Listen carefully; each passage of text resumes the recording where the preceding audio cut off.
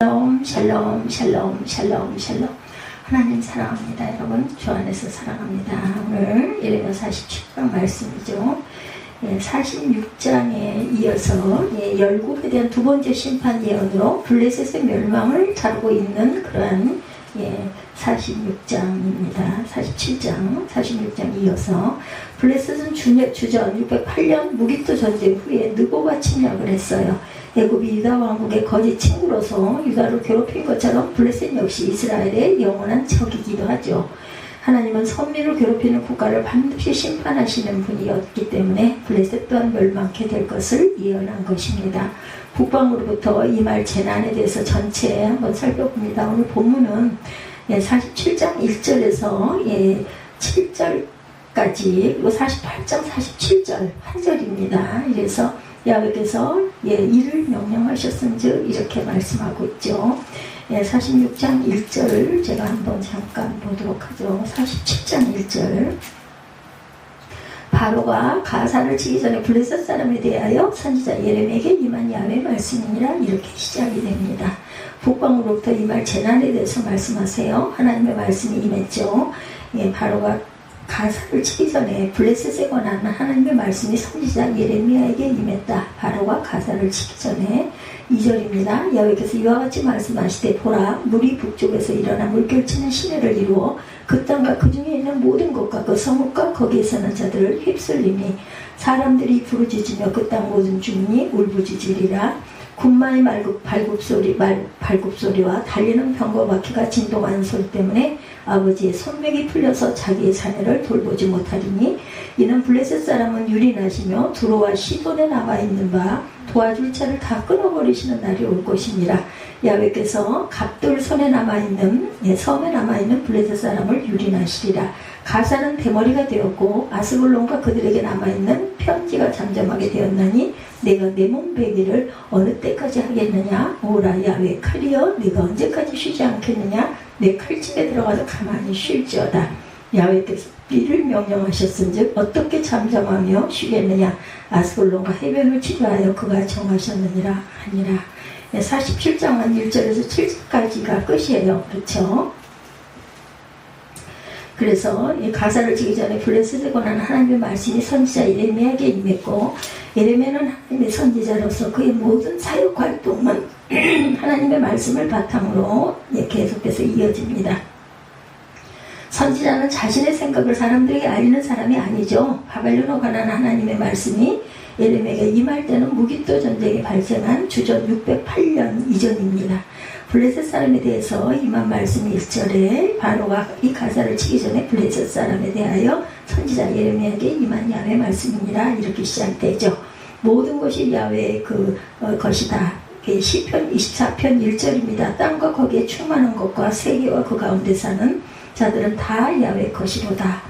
블레셋에 대해서는 다윗 시대까지만 해도 이스라엘의 지배하에 있었던 나라입니다. 블레셋은.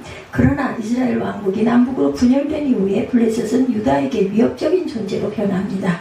애굽의 접경에 있었어요. 블레셋은 위치적으로도 노아의 둘째 아들 함의 자손이기도 합니다. 블레셋은 이스라엘과 있으면서 선민들을 수세기에 걸쳐 괴롭히기도 했죠. 심지어 그들은 이스라엘 백성들을 잡아서 노예로 팔기도 했다. 아모스 1장 6절에 증거합니다. 주께서 그 날의 이름을 보신다. 시편 37편 10절입니다. 그러나 주께서 그를 비웃으시리니 그의 날이 다가옴을 보시미로다. 기록된 모든 것을 이루는 날. 누가복음 21장 22절. 이 날들은 기록된 모든 것을 이루는 징벌의 날이니라 이렇게 말씀하고 있어요. 블레셋이 당하는 재난에 대해서 범죄와 블레셋을 징벌하는 나라는 바벨론이죠. 바벨론 본문에서 북방에서 일어나 창이라는 시내로 비유되어 있습니다. 바벨론을 창이란 시내에 비유한 것은 그들의 분산력이 막강하고 무서운 점으로 블레셋을 침공할 것이다 이렇게 말하죠. 우리는 홍수가 일어나면 그 물의 위력이 어느 정도인지를 알게 되죠. 블레셋은 침공하는 바벨론 군대는 블레셋에 대한 하나님의 복수를 대행하는 것이다.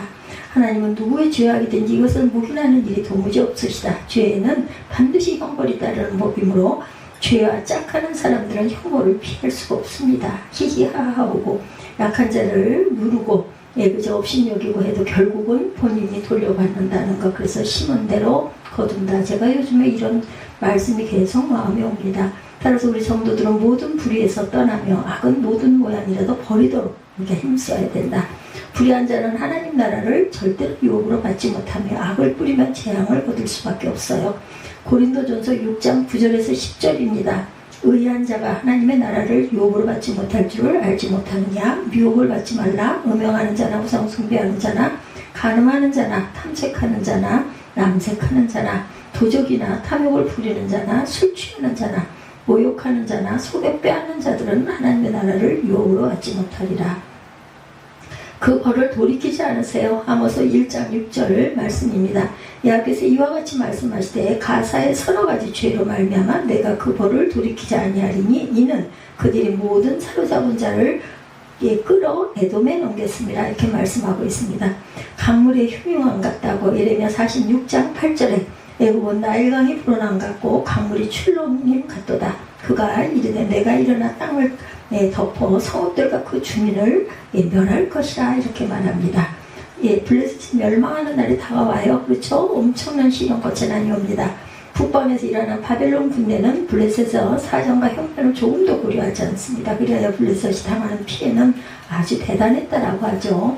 그 땅과 그 중에 있는 모든 곳과 성읍과 거기 거하는 자들이 전부 다 엄몰이 됩니다. 이런 엄청난 시련과 재난 앞에 블레셋 사람들은 부르짖으며 아우성을 치게 되겠죠. 인류가 가장 두려워하고 피하는 것이 불가능한 형벌이 있다면 그것은 하나님께로부터 오는 죄에 대한 형벌, 악인이 받게 되는 보응입니다. 아무리 권모술수에 능한 사람일지라도 주께서 행하시는 일들에 대해서는 달리 어찌할 도리가 없겠죠. 따라서 모든 사람은 죄를 멀리하고 악에서 떠나도록 해야 한다. 뭐 이런 정도야. 누구는 안 그래. 이렇게 하지 말아야 돼요. 특히 우리 믿는 자들은. 온 땅이 진동한다. 예레미야 8장 16절입니다. 그 말에 부르짖음이 단에서부터 들리고 그 준마들의 우는 소리에 온 땅이 진동하며 그들이 이르러 그 땅과 그 소유와 성읍과 그 종의 주민을 삼켰도다. 그 중에 있는 주민들을 삼켰도다 합니다. 넘치는 물같은 군대라고 합니다. 다니엘 11장 22절에 넘치는 물같은 군대가 그에게 넘침으로 말미암아 패할 것이요 동맹할 힘도 동맹할 왕도 그렇게 될 것이다. 자녀를 일단 돌아볼 수가 없게 되겠죠. 바벨론의 침공으로 블레셋에 거주하는 백성들은 자기들의 낳은 자녀를 돌볼 수 없을 정도로 무서운 공포와 혼란에 직면합니다.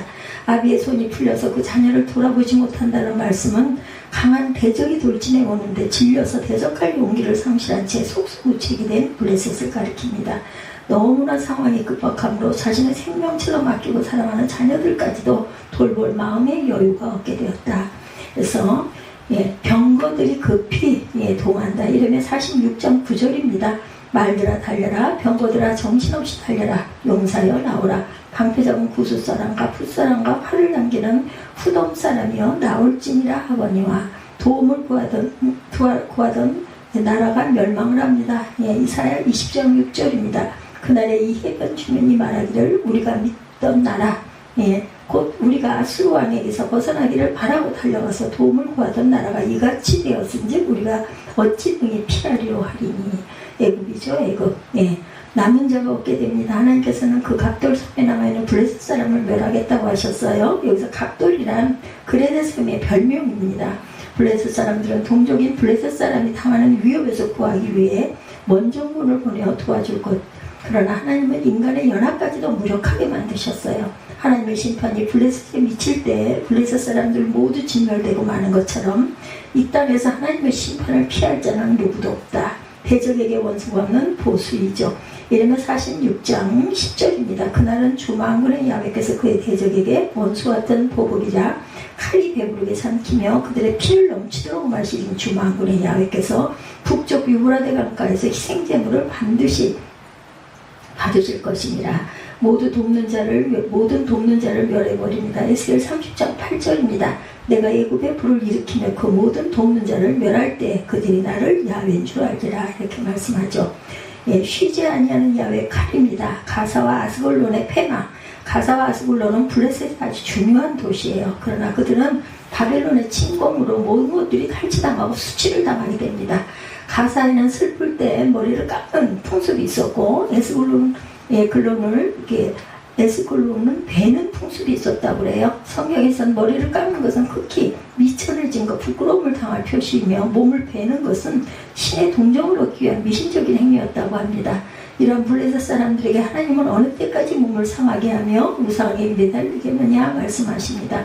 환난을 당할 때 바른 태도를 취하는 것은 이 환난을 극복하는 지름길이 되기도 하죠. 아수르가 칼에 엎드러졌다. 이사야 31장 8절입니다. 아수르는 칼에 엎드러질 것이나 사람의 칼로 말미암음이 아니겠고 칼에 삼켜질 것이나 사람의 칼로 말미암음이 아닐 것이며 그는 칼 앞에서 도망할 것이요 그의 칼집에는 복역하는 자가 될 것이라. 그의 그 장정들은 복역하는 자가 될 것이라. 죽이는 칼입니다. 이르면 15장 3절 야훼 말씀이니라. 내가 그들을 네 가지로 벌하리니 곧 죽이는 칼과 찢는 개와 삭혀 멸하는 공중의 새와 땅의 짐승으로 할 것이며 이렇게 말씀합니다. 계속해서 재앙이 내리죠. 블레셋 거민들은 야훼 칼이여 네가 언제까지 쉬지 않겠느냐 내 집에 들어가서 가만히 쉴지니라 라고 탄원합니다. 그러나 그들의 탄원과는 달리 하나님의 재앙은 계속됩니다. 그 땅에 전쟁이 뒤지지 않는 것은 하나님의 백성을 괴롭힌 블레셋을 멸망시키려는 하나님의 작정 때문이었다. 악을 행하는 모든 사람에게는 장래가 없어요. 그들은 바람에 나는 겨와 같고 심판을 견디지 못하고 그들의 길은 망하도록 작정이 되었다. 땅 이 끝에서 저 끝까지 삼켜지죠. 이르면 12장 12절입니다. 파괴하는 자들이 광야의 모든 벗은 산 위에 이르렀고 야훼 칼이 땅 이 끝에서 저 끝까지 삼키니 모든 육체가 평안하지 못하도다. 모든 소유를 진멸하게 됩니다. 사무엘상 15장 3절 지금 와서 아말렉을 쳐서 그들의 모든 소유를 남기지 말고 진멸하되 남녀와 소아와 젖먹는 아이와 우양과 낙타와 나귀를 죽이라 하셨나이다 하니 하나님의 정하신 뜻 블레셋의 멸망은 하나님의 정하신 뜻으로 반드시 실현되고야만 한다. 아무도 변개할 수 없고 아무도 없이 여길 수 없고 인간의 모든 생각을 뛰어넘고 우리의 이게 알력이 눈이 미칠 수 없고 반드시 성취되는 것이 하나님의 뜻이라는 것. 인간의 계획은 수정이나 변경, 취소되는 것도 가능하나 그분의 뜻은 인간의 요구나 주장에 어떤 영향도 받지 않는다. 그러므로 우리는 주어진 기회를 잘 선용하는 지혜로운 저와 여러분들이 되셔야 합니다. 야훼께서 명령하셨다고 예레미야 47장 7절에 야훼께서 이를 명령하셨은지 어떻게 잠잠하며 쉬겠느냐. 아스불론과 해변을 치게 하여 그가 정하셨느니라 하니라. 악인을 넘어뜨리세요. 시편 17편 13절 야훼여 일어나 그를 태양하여 넘어뜨리시고 주의 칼로 악인에게서 나의 영혼을 구원하소서. 이렇게 고백하고 있습니다. 그래서 47장 결론입니다. 오랫동안 이스라엘을 괴롭혔던 블레셋에 대한 멸망 예언을 통해 선민을 괴롭히고 하나님께 범죄한 나라나 사람들이 반드시 징벌당함을 깨닫게 되죠. 우리는 하나님께서 온 우주와 만물을 통치하시지만 그 가운데 택하신 자들을 더욱 사랑하시고 풍성한 자비를 베푸시는 분임을 또한 알아야 할 것입니다. 오늘 예레미야 47장 1절에서 7절 48장 47절 야훼께서 이를 명령하셨은즉 이런 제목과 함께 은혜를 나눕니다. 굉장히 덥죠. 이제 근데 한 2주일만 눈 딱 감고 참으면 가을이다 하겠어요. 보니까 계절도 벌써 입추가 다가오고 있습니다. 이 무더위는 반드시 지나갑니다. 그래서 되도록이면 그냥 더위를 즐기고 살아가야겠죠. 눈비 낙엽 하나 떨어지는 것도 하나님의 주권 속에 이루어지고 있다는 것 여러분들 믿으시죠? 하나님의 주권에 대해서 우리가 늘 잘 살피고 갑니다. 낙엽 하나도 하나님의 주권 속에서 행해지고 있다면 각 국가나 한 사람의 인생은 어떠하겠는가. 나라와 인간의 흥망성쇠가 하나님의 주권에 속해 있음을 깊이 깨달으시기 바라요. 그래서 이렇게 예레미야 같은 선지자가 계속해서 하나님의 영이 임해서 외치지 않습니까? 그리고 그것은 나중에 후대 수백 년이 지난 이후에도 수천 년이 지난 오늘날에도 그것을 연구하고 그렇게 하나님께서 그렇게 행하신 그 일들이 딱딱 들어맞는 것을 우리가 봅니다. 하나님은 자신의 주권을 인정하고 그 주권에 순종하는 자에게는 한없는 은혜를 주시지만 하나님의 주권을 무시하고 외면한 자에게는 하나님의 칼로 심판을 내린다는 사실을 역사 속에서 분명하게 증거합니다. 오늘 본문도 하나님의 주권 속에서 두 나라를 심판하실 것이다 말씀하고 있죠. 어느 나라가 하나님의 주권을 피할 수 있겠는가. 하나님의 주권 앞에 어느 누구도 불평하고 원망할 수 없는 것은 하나님은 공의대로 행하시기 때문에 누구도 변명하거나 피겠지 못한다. 저와 여러분이 이러한 하나님의 주권 속에 살아가고 있다는 것을 또한 명심하시기 바랍니다. 51장까지 계속되는 각 나라들의 멸망을 예언하고 계신 하나님의 주권 앞에 우리는 다시 한번 하나님의 능력과 주권을 두려워하며 온전히 하나님을 믿고 의지하고 살아가는 귀하고 복된 저와 여러분들이 되시기를 주님의 이름으로 축원합니다. 첫 번째 블레셋에 대한 예언이 1절에서 7절까지 나와 있어요. 바로가 가사를 치기 전에 블레셋 사람에 대하여 선지자 예레미야에게 임한 야훼의 말씀이라 이렇게 시작하죠. 여호와께서 이와 같이 말씀하시되 보라 물이 북쪽에서 일어나 물결치는 시내를 이루어 그 땅과 그 중에 있는 모든 것과 그 성읍과 거기에 사는 자들을 휩쓰리니 사람들이 부르짖으며 그 땅 모든 주민이 울부짖으리로다. 47장 3절입니다. 군마의 말곡소리가 달리는 병거바퀴와 진동하는 소리 때문에 아버지의 손맥이 풀려서 자기의 자녀를 돌보지 못하리니 이는 블레셋 사람을 유린하시며 두로와 시돈에 남아있는 바 도와줄 자를 다 끊어버리시는 날이 올 것이라. 야훼께서 갑돌 솜에 남아있는 블레셋 사람을 유린하시리라. 가사는 대머리가 되었고 가사도 나라죠. 아스골론과 그들에게 남아있는 평지가 잠잠하게 되었는데 내가 내 몸빼기를 어느 때까지 하겠느냐. 오라 야훼 칼이여 내가 언제까지 쉬지 않겠느냐. 내 칼집에 들어가서 가만히 쉴지어다. 야훼께서 이를 명령하셨은즉 어떻게 잠잠하며 쉬겠느냐. 아스골론과 해변을 치려하며 그가 정하셨느니라 하니라. 하나님께서 정하신 전쟁이라는 거죠. 블레셋은 지중해 그레데 섬에 살던 해안 족속이었는데 BC 12세기 마렵에 애국을 침공했다가 실패하고 유다의 해안지대에 자리를 차지하여서 그곳에 정착을 합니다. 블레셋은 가사, 아스돗, 아스골론, 가드, 에그론 5개 도시가 연합된 국가였는데 본문에 에서는 가사와 에스글론이 언급됩니다. 이스라엘과 블레셋의 관계는 지리적 특성상 언제나 적대지일 수밖에 없는 위치에 있었습니다. 블레셋 사람들은 세력이 강할 때마다 해변 지역에서 유다와 산지를 진출하여 자신들의 영역을 확장시키고자 했고 이런 과정에서 평면적으로 이스라엘과 부딪힐 수밖에 없는 그러한 경계를 갖고 있었습니다. 사사시대와 왕정 초기에 블레셋은 강력한 철병거로 이스라엘을 위협했고 초대왕 사울은 블레셋과의 전쟁에서 전사하게 됩니다. 그러나 다윗 시대에 이르러서 이스라엘은 블레셋을 정복할 수 있었고 솔로몬 시대에는 속국으로 삼습니다. 블레셋을. 그러나 왕국 분열 이후에 남왕국 북이스라엘이 되죠. 블레셋이 계속 반역을 시도하죠. 힘이 약해지니까. 이처럼 블레셋은 오랫동안 이스라엘과 대적했는데 이제 하나님께서 그들에 대한 심판을 선포하신 거예요. 하나님 그 심판의 도구로 바벨론을 택하여서 블레셋을 멸망시키고자 합니다. 2절에 보면 보라 물이 북쪽에서 일어나 물결치는 시대를 이루며 라고 말하죠. 갑자기 불어나는 물이 모든 것을 쓸어버리듯이 북쪽에서 나온 바벨론 군대의 침공으로 블레셋의 모든 성읍들이 파괴되고 사람들은 무참히 살인당할 것이며 블레셋 사람들의 애곡 소리가 온 땅에 임을 것이다 이렇게 말씀합니다. 3절에도 바벨론 군대의 강력한 기병대 말박 소리의 진동의 소리에 블레셋 사람들은 극도의 공포감에 사로잡혀 손이 마비되어 아비가 자녀를 돌보지 못할 지경이다 이렇게 증거하죠.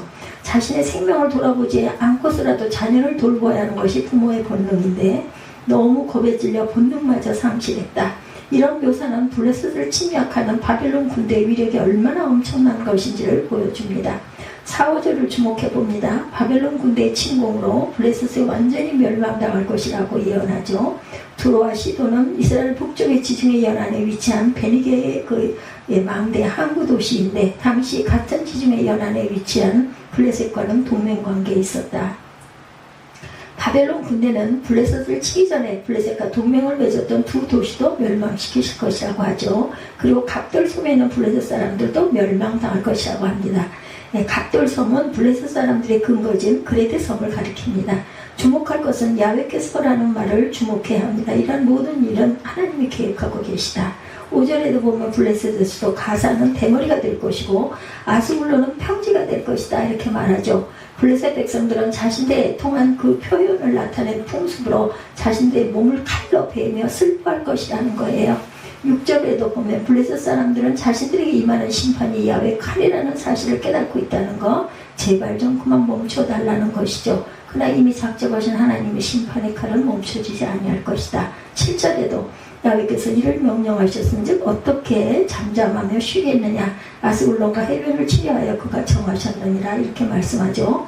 하나님의 심판의 칼은 블레셋 온 땅을 파괴될 때까지 쉬지 않고 공격할 것이다. 하나님의 이 같은 심판에 대해서 에스겔 선지자는 원수에 대한 분노의 책벌이다 이렇게 말합니다. 에스겔 25장 15절에서 17절입니다.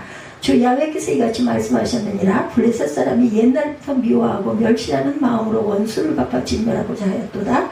그러므로 주 야훼께서 이같이 말씀하셨느니라. 내가 블레셋 사람에게 손을 펴서 그렛 사람을 잡으며 해변에 남은 자를 진멸하되 분노의 책벌로 내 원수를 그들에게 크게 갚으리라. 내가 그들에게 원수를 갚은즉 내가 야훼인 줄을 그들이 알리라 하시니라. 에스겔 25장 15절에서 17절입니다. 블레셋이 하나님의 심판을 당한 원인, 그것은 하나님의 택한 백성을 괴롭히는 것에 대한 하나님의 복수다. 여러분들 괴로우십니까? 누군가가 나를 힘들게 해서 아주 가슴이 아프십니까? 하나님께 기도하시면 하나님이 때때로 갚아주세요. 오늘날도 믿음으로 사는 자들이 때때로 세상 속에서 억울함을 당하는데도 하나님은 잠잠하게 계시는 것 같을 때가 있으나 하나님의 약속의 말씀은 반드시 그 억울함을 갚아주실 것이다 이렇게 약속을 하세요. 그때를 우리가 모를 뿐입니다. 로마서 12장 19절입니다. 내 사랑하는 자들아 너희가 친히 원수로 갚지 말고 하나님의 진노하심에 맡기라. 기록되었을 때 원수 갚는 것이 내게 있으니 내가 갚으리라 주께서 말씀하시니라. 세상 속에서 어떤 억울함이 있다 할지라도 반드시 하나님의 주권으로 갚아주실 것이다. 블레셋이 얼마나 이스라엘을 괴롭혔어요. 그 모든 것을 하나님이 다 보고 계셨다는 거. 그리고 하나님이 작정하신 때 블레셋에게 무섭게 보복을 하시고 나라를 망하게 하죠. 그러므로 믿음의 사람들은 하나님의 주권을 온전히 믿고 모든 것을 하나님께 맡기는 신앙의 소유자들이 되시기 바래요. 하나님은 하나님의 주권으로 블레셋이라는 나라를 역사 속에서 완전히 사라지게 하죠. 그러나 하나님은 지금도 우리 인생을 주관하고 계시고 인도하고 계시는 살아계시는 우리의 하나님 아버지시라는 거. 두 번째, 모압에 대한 예언이 예레미야 48장 1절에서 25절까지 나와 있어요. 모압에 관한 것이라 만군의 야훼 이스라엘의 하나님께서 이와 같이 말씀하시되 오라 누보요 그가 유린당하였도다. 가다라임의 수치를 당하고 점령되겠고 미스간이 수치를 당하여 파괴되었으니 모압의 찬송소리가 없어졌도다. 모압의 날개를 줘 나라 피하게 하라 이렇게 말합니다. 48장 1절에서 25절까지 중에 제가 5절까지 읽어봅니다. 48장은 다음 부분에 모압의 날개를 달아 내게 피하리라 9절이죠. 그 성읍들이 황폐하여 거기에 사는 자들이 없으리라 10절입니다. 야훼 이를 게을리하는 자는 저주를 받을 것이요 자기 칼을 금하여 피를 흘리지 아니하는 자도 저주를 받을 것이라. 모압 족속은 아브라함의 조카인 롯이 자신의 큰딸을 통해 얻은 아들의 후손이죠. 서해 동편에 위치한 모압은 세강을 경계로 남쪽에는 에돔, 북쪽에는 암몬과 인접해 있습니다. 취급한 이스라엘 백성들이 가나안 땅으로 가기 위해 마지막 경유지 모압 땅에 머무르고자 했을 때 모압 왕 발락은 모압 여인들로 이스라엘 백성들을 미혹해 하여 음행을 하게 하므로 24,000명이 연병으로 죽임을 당합니다. 이런 가운데 이스라엘과 모압은 항상 적대적 관계를 가지게 되죠. 하나님 이러한 모압을 심판하시겠다 이렇게 예언합니다. 그런데 이러한 모압을 하나님은 심판하신 후에 다시 회복시키시겠다고 하세요. 이것이 바로 하나님의 주권이죠. 1절에서 2절에 보면 모압 땅이 점령당하고 파괴될 것이라고 말씀합니다. 5 성읍들이 기록되어 있죠. 누보, 기라다임, 미스강, 헤스본, 만멘. 모압 북쪽의 중요한 5 성읍이 점령당하여 황폐화될 것이다. 3절에 나오는 호로나임 성읍은 남쪽 국경에 위치한 성읍이므로 바벨론 세력은 모압의 북쪽으로부터 남쪽까지 모압 땅을 초토화시킬 것을 보여주고 있는 말씀이고 4절에서 8절까지 보면 모압의 심판의 고통이 적나라하게 기록되어 있습니다. 4절에 보면 어린이들의 부르짖음을 언급합니다. 5절에도 고통의 울부짖음을 언급하고 있죠. 6절에도 겨우 도망했다 할지라도 광야의 떨게나무에 비참하게 생명을 유지하게 될 것이다. 7절에도 모압이 그토록 철저하게 심판을 당하게 되는 이유를 3가지로 말씀합니다. 그것은 곧 자신의 업적과 보물과 그모스라는 우상을 의지했기 때문에 심판을 당하게 된 것이다. 인간의 업적을 쌓는다는 것은 좋은 일이죠. 그러나 하나님보다 그 업적을 스스로 의지하고 산다면 그것으로 인해 하나님께 심판을 받는다는 것을 기억해야 된다. 보물 또한 인간이 가지고 있을 수 있어요. 그러나 하나님보다 그 보물을 더 의지한다면 그 또한 심판을 받게 될 것이다. 모압은 국가의 신으로 그모스라는 우상을 섬겼는데 그모스는 전쟁의 신으로 사람을 산채로 불태워드리는 제사의식을 행하죠.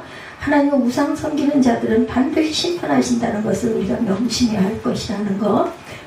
8절에도 하나님은 이러한 모압 민족에게 파멸하는 자를 보내어 한 성읍도 온전한 성읍이 되게 하실 것이다. 한 성읍도 온전한 성읍이 되지 못하게 할 것이다. 9절에도 이러한 모압에게 날개를 줘 날아서 피하라고 말하죠. 여기서 그 모압의 멸망이 그날 도망쳐서는 피할 수 없을 만큼 파멸자의 공격이 신속하게 임할 것이므로 날아서 도망해야 할 것이다. 10절에도 야훼의 일을 게을리하는 자는 저주를 받을 것이요 자기 칼을 금하여 피를 흘리지 아니하는 자도 저주를 받을 것이로다. 야훼의 일이란 모압을 심판하기로 하신 하나님의 계획을 가리키죠. 하나님께서는 모압에 대한 심판을 작정하시고 이 일을 위하여 바벨론 군대를 도구로 택하셨어요. 그러므로 바벨론 군대는 모압을 파멸시키는 일을 게을리해서는 안 된다. 만약에 열심을 내지 아니하면 도구로 삼은 그들을 심판할 것이다 라는 거죠. 모압을. 다시 말해서 하나님의 계획하심을 소홀히 한다면 하나님의 주권으로 다른 나라를 택하여 모압을 심판할 수 있다는 것. 오늘날도 하나님의 자신의 계획을 이루시기 위해서 국가를 사용하고 인간들을 사용합니다. 근데 이러한 국가나 인간들이 하나님의 계획을 게을리하거나 순종하지 아니한다면 하나님은 다른 나라와 다른 사람을 택하시기도 한다는 거죠. 이것이 바로 하나님의 주권입니다. 대신 다른 사람을 택해요. 내가 점 찍었던 녀석이 말을 안 듣거나 하면. 그래서 사울이 버림을 당하죠. 그리고 다윗이 서지 않습니까? 하나님의 사명자가 아무리 옛날에 큰 일을 행하였다 할지라도 하나님의 주권에 순종하지 아니하고 자꾸 자신의 생각대로 나아가면 하나님은 다른 사명자를 들어 쓰실 수 있다는 것을 우리가 명심해야 할 것이다.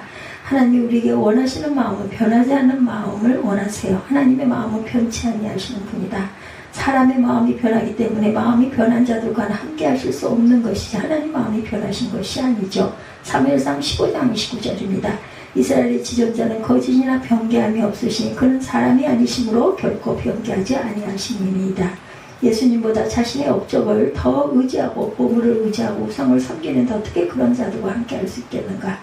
예수 그리스도의 십자가의 사랑을 잊어버린 자 어떻게 하나님이 함께 일을 할 수 있겠는가.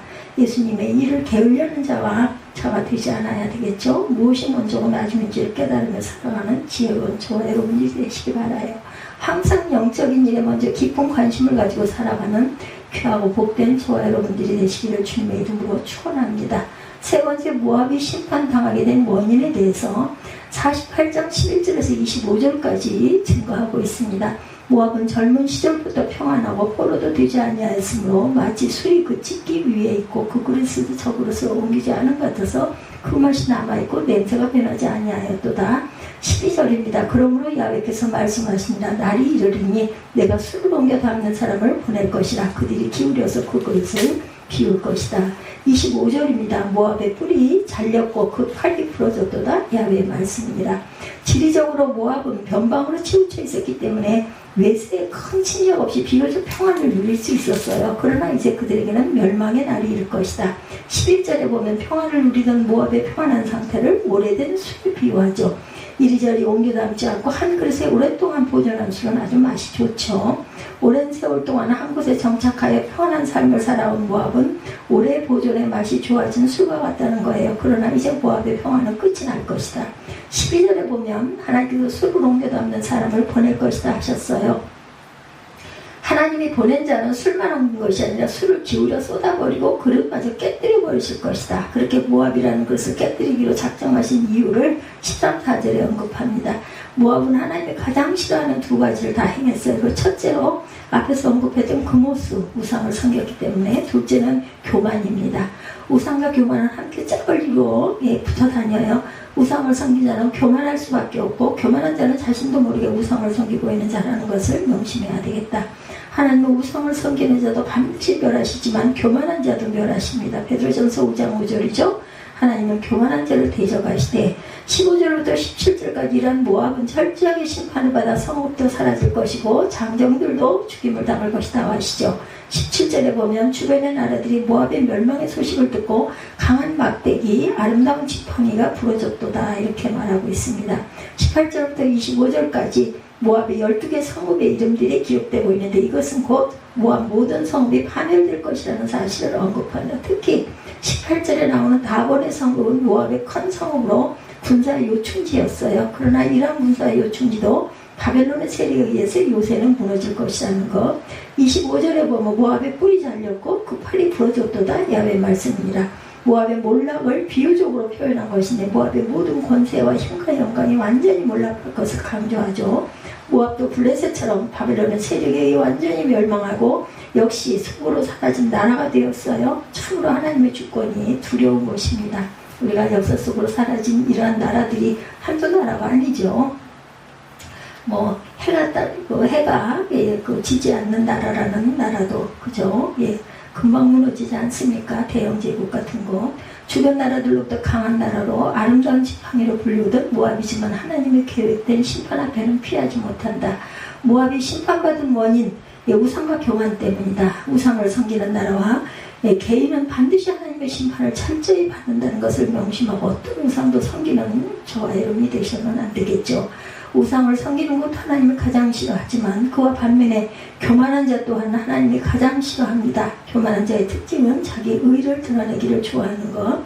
하나님 앞에 인간의 힘은 참으로 정말 연약하고 약한 것이죠. 또 추한 것입니다. 인간의 의가 더럽고 악하기 때문에 아무리 인간 스스로 선한 일을 한다 해도 하나님과는 상관도 없는 것이고 오히려 하나님을 욕되게 하는 짓임을 우리가 깨달아야 되겠다. 그래서 예수님은 우리에게 누구든지 나를 따라오려 여기든 자기를 부인하고 자기 십자가를 지고 나를 따를 것이라. 마태복음 16장 24절이죠.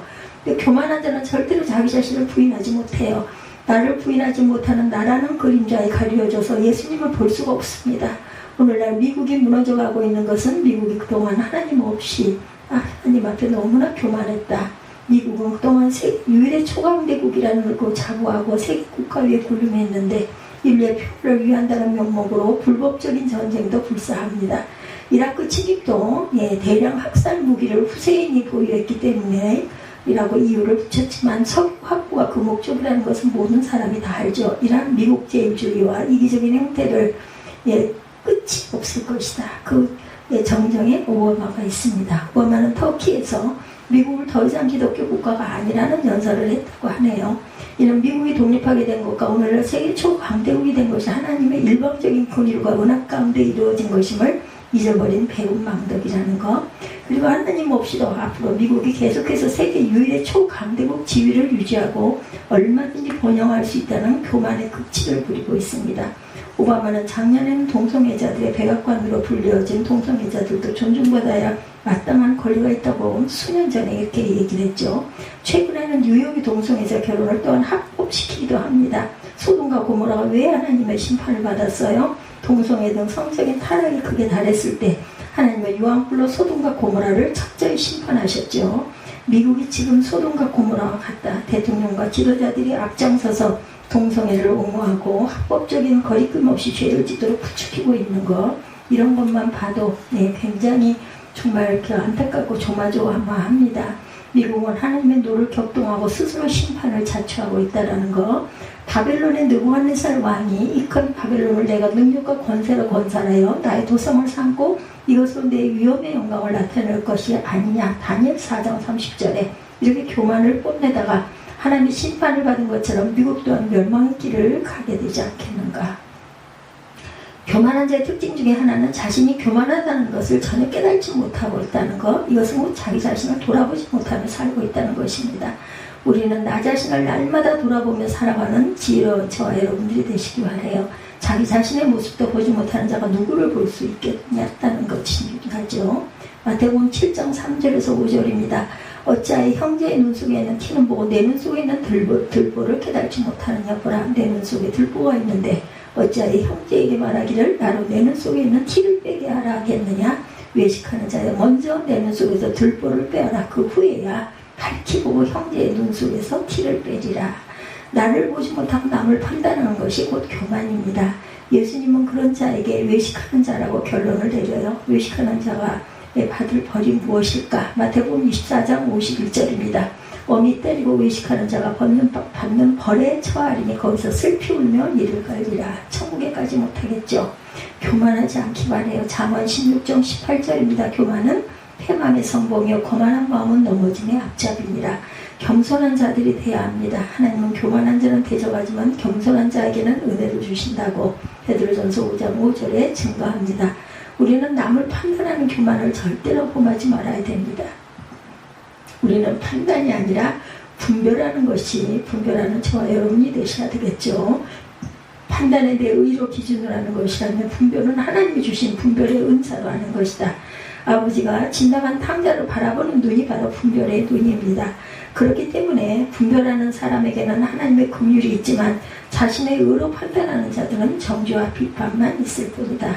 우리는 잠시도 하나님의 은혜 없이는 살아갈 수 없는 연약한 저와 여러분들임을 깨닫고 날마다 하나님의 은혜를 사모하며 살아가는 귀하고 복된 저와 여러분들이 되시기를 주님의 이름으로 축원합니다. 네 번째 모압을 향한 애가입니다. 이름이 48장 26절에서 47절입니다. 하나님의 심판을 모압의 술 취한 자에 비유하죠. 성경에는 종종 하나님의 심판을 진노의 술잔에 그리고 자신의 심판을 받는 자를 그 술잔을 받아 마신 술 취한 자에 비유하고 있어요. 모압은 만취한 사람이 자기가 토한 것들 위에서 뒹굴어 조롱거리가 되는 것처럼 스스로 수치되는 행동을 보일 것이라는 거죠. 모압 이런 수치와 조롱을 당하는 것은 두 가지. 첫째는 하나님께 대한 교만.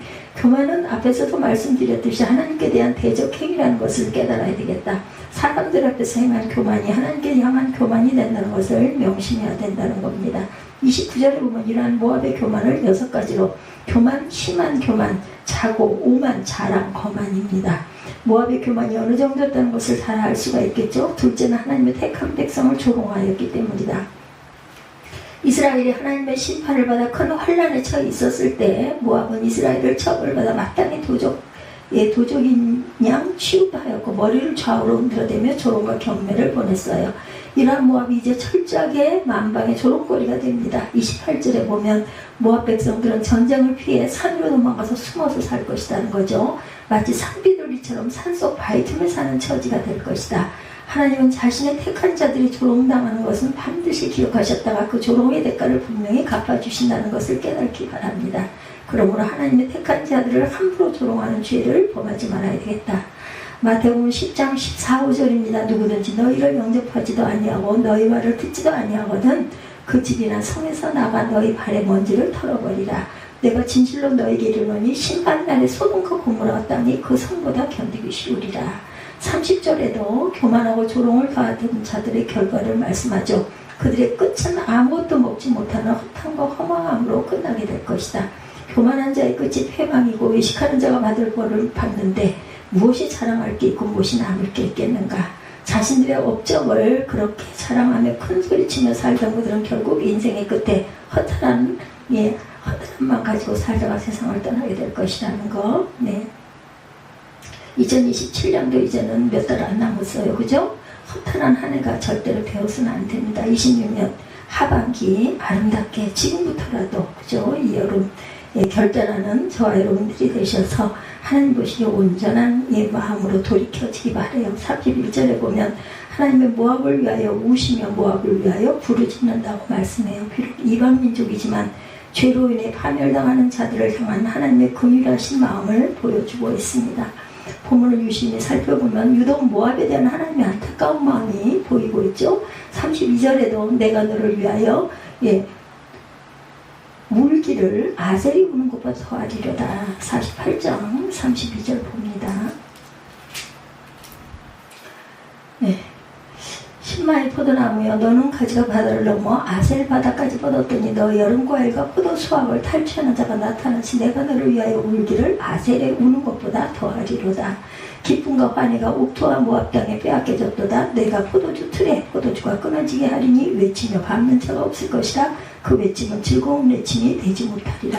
33절까지 34절에도 이러한 비옥한 모압 땅의 파멸이 하나님으로부터 시작되는 것을 강조합니다.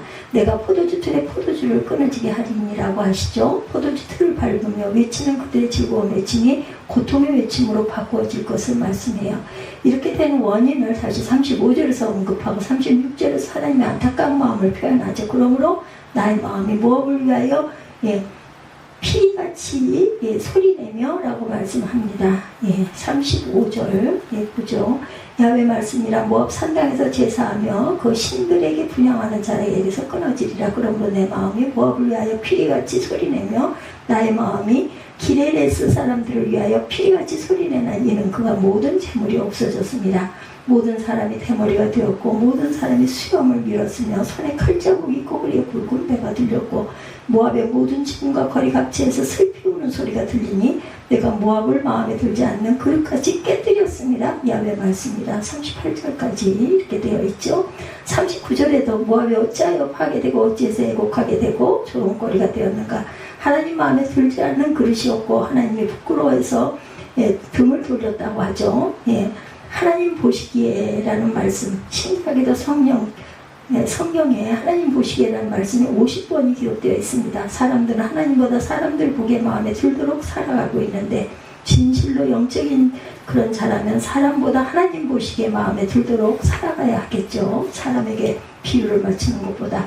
바울이 고백합니다. 그 고백이 우리의 고백이 되기 바라요. 갈라디아서 1장 10절입니다. 이제 내가 사람들에게 좋게 하랴 하나님께 좋게 하랴 사람들에게 기쁨을 구하랴 내가 지금까지 사람들의 기쁨을 구하였다면 그리스도의 종이 아니니라. 또한 하나님 앞에 부끄러운 자가 되지 않아야 되겠다. 하나님을 부끄럽게 하는 자에게 등을 돌릴 수 있다는 것을 깨달아야 되겠다. 부끄럽게 사는 삶이 뭐겠어요? 하나님의 자녀로 하나님의 영광을 가리고 세상 사람들과 다름없이 산다면 부끄러운 인생을 사는 것이죠. 가난할지라도 고난 속에 있다 할지라도 세상 속에서 비굴하게 살지 말고 하나님의 자녀답게 세상 속에서 떳떳하게 살아가자.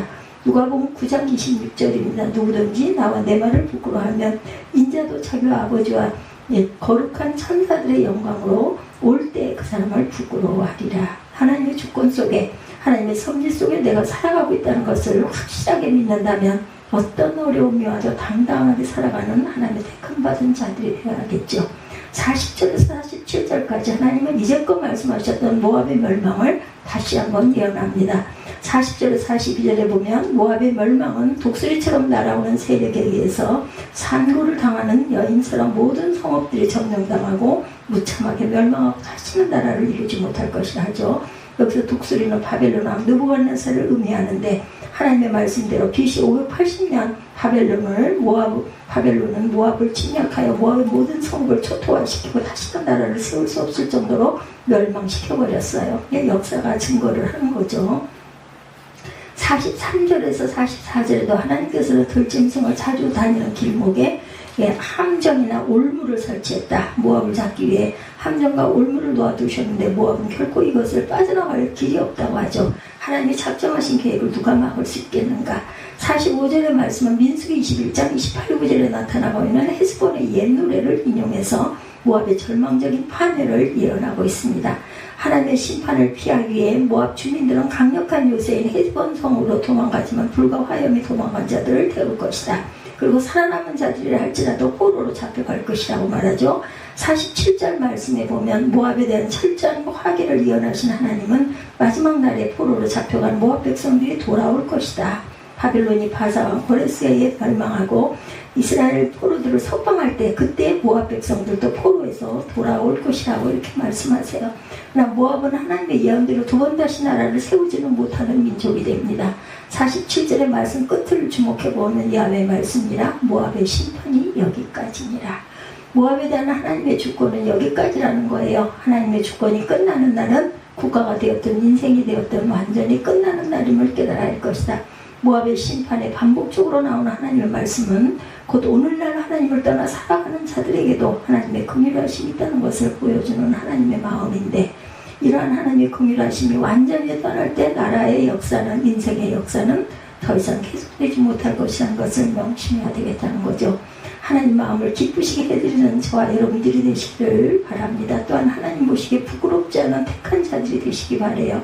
히브리서 11장 6절에 믿음이 없이는 하나님을 기쁘시게 하지 못하느니 이렇게 말씀합니다. 진실로 하나님이 기뻐하시는 믿음을 가지고 부끄럽지 않게 살아가는 귀하고 복된 저와 여러분들 되시기 바랍니다. 모압의 멸망에 대한 예언의 말씀이 언제 주어졌어요? 46장 1, 2절 이방 나라들에 대하여 선지자 예레미야에게 임한 야훼의 말씀이라 애굽에 관한 것이라 곧 유다의 요시아 왕의 아들 야훼에게 넷째 해의 유브라데 강가 갈그마스에서 바벨론의 느부갓네살 왕에게 패한 애굽의 왕 바로 느고의 군대에 대한 말씀이라 이렇게 말씀해요. 요시아왕 4년에 BC 605년에 애국부터 시작해서 9나라의 멸망을 예언하고 모압이 BC 580년에 멸망을 했으니 이미 25년 전에 이 예언의 말씀이 주어졌다라는 거. 그래서 47장과 48장의 야훼 말씀이라는 단어가 12번이나 기록이 됩니다.